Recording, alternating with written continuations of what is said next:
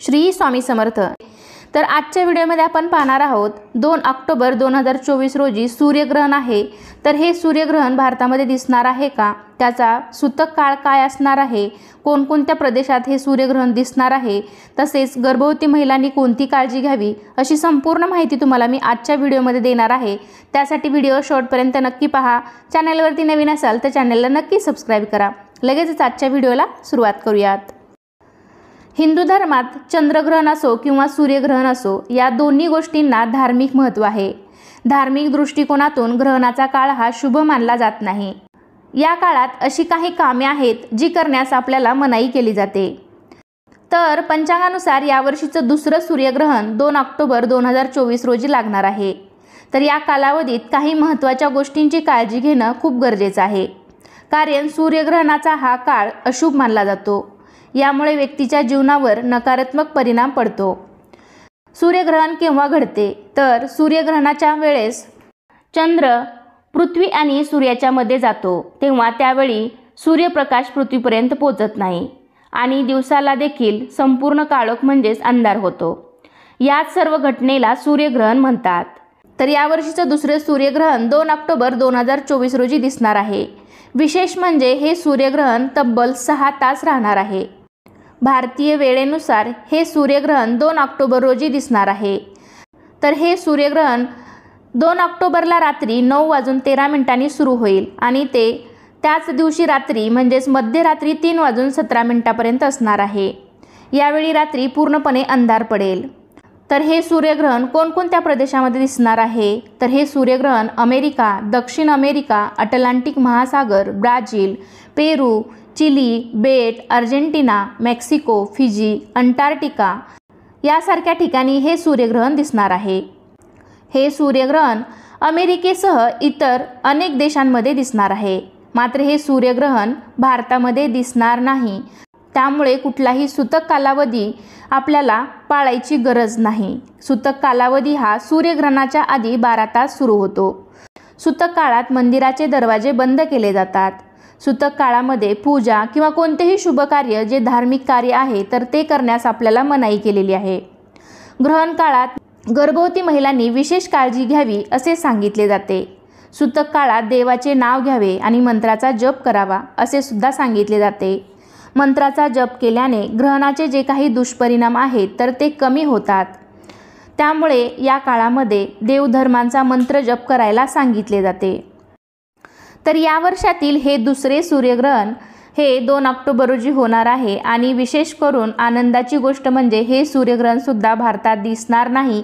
त्यामुळे कुठलाही सूतक कालावधी, वेद काळ आपल्याला कोणतेही नियमांचं पालन किंवा कुठलाही सूतक कालावधी पाळण्याची कोणतीही गरज नाही। त्यामुळे गर्भवती महिलांनी विशेष करून घाबरून जाऊ नये, तर त्यांनी सूतक कालावधी किंवा ग्रहणाचे कोणतेही नियम पाळू नयेत। पण धार्मिक दृष्टिकोनातून ग्रहणाची घटना शुभ मानली जात नाही। जर तुम्ही धार्मिक गोष्टीवर विश्वास ठेवत असाल तर तुम्ही या नियमांचं पालन नक्कीच करू शकता। असं मानलं जातं की ग्रहणाच्या वेळी काही विशेष गोष्टींची काळजी घेतली तर कुटुंबाच्या आणि व्यक्तीच्या जीवनावर वाईट परिणाम होत नाही।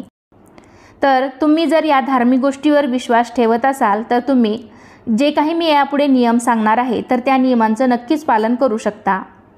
तर शक्यतो या नियमांचं पालन करू नये, पण जर तुम्हाला असं वाटत असेल की आपण आपल्या बाळाला कुठल्याही प्रकारची इजा पोहोचू नये तर त्यासाठी तुम्ही या नियमांचं पालन नक्कीच करू शकता।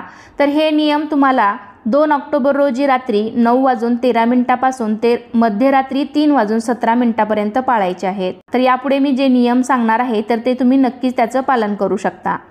तसे तर त्याची आवश्यकता नाही, पण जर तुमच्या मनामध्ये कुठलीही शंका असेल तर तुम्ही नक्कीच या नियमांचं पालन करू शकता।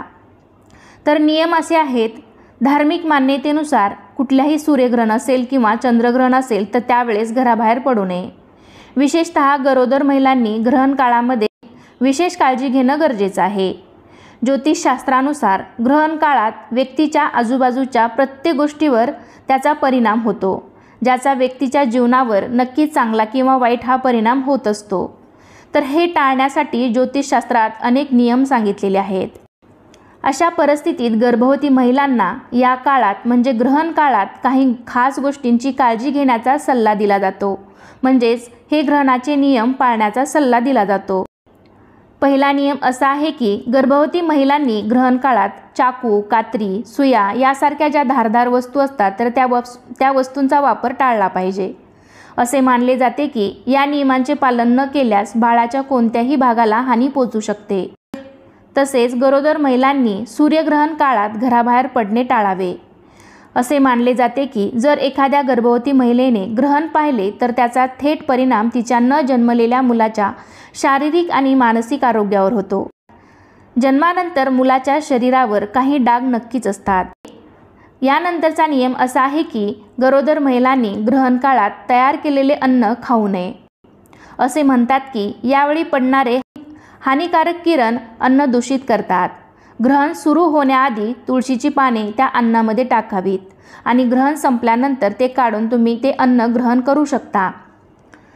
तर शक्यतो यावेळेचं सूर्यग्रहण हे रात्री 9:13 सुरू होणार आहे, तर त्याआधीच तुम्ही जेवण वगैरे करून किंवा अजून काही असेल तर ते तुम्ही करून घेऊ शकता। तसेच यानंतरचा नियम असा आहे की ग्रहण संपल्यानंतर गर्भवती महिलेने किंवा साधारण व्यक्तीने आंघोळ ही केलीच पाहिजे, अन्यथा तिच्या बाळाला त्वचेशी संबंधित आजार होऊ शकतात। ग्रहणाचा नकारात्मक प्रभाव टाळण्यासाठी गर्भवती महिलेने जिभेवर तुळशीची पाने ठेवून हनुमान चालीसा, दुर्गा सप्तशतीचा पाठ किंवा अजून कोणत्याही तुम्ही ज्या देवाला मानत असाल त्या देवाचा मंत्रजाप नक्कीच करू शकता। तर तुम्ही आता म्हणाल की रात्री ग्रहण हे 3:17 संपणार आहे, तर त्यावेळेस तुम्ही आंघोळ करावी का? शक्यतो तुम्ही त्यावेळेस आंघोळ नाही केली तरी चालेल। असेही हे ग्रहण भारतामध्ये दिसणार नाही, तर तुम्ही सकाळी उठून आंघोळ वगैरे करून बाकीची सर्व कामे तुम्ही करू शकता। ग्रहण काळात पती-पत्नीने शारीरिक संबंध ठेवणे टाळावे। याशिवाय ग्रहण काळात झोपणे, कोणतेही औषध घेणे, देवाच्या मूर्तींना स्पर्श करणे हे सुद्धा टाळले पाहिजे। अनादी काळापासून असे मानले जाते की ग्रहणाचा गर्भाच्या विकासावर परिणाम होतो आणि गर्भवती महिलेच्या शरीरात हार्मोनल बदल देखील दिसून येतात। या बदलामुळे गर्भवती महिलेचा मूड स्विंग, चिंता, लालसा यासारखा जाणवतो। याला कोणताही शास्त्रीय आधार नसला तरीही हा धोका टाळण्यासाठी भारतात गर्भवती महिलांना ग्रहण काळात घराबाहेर पडण्यास मनाई केली आहे।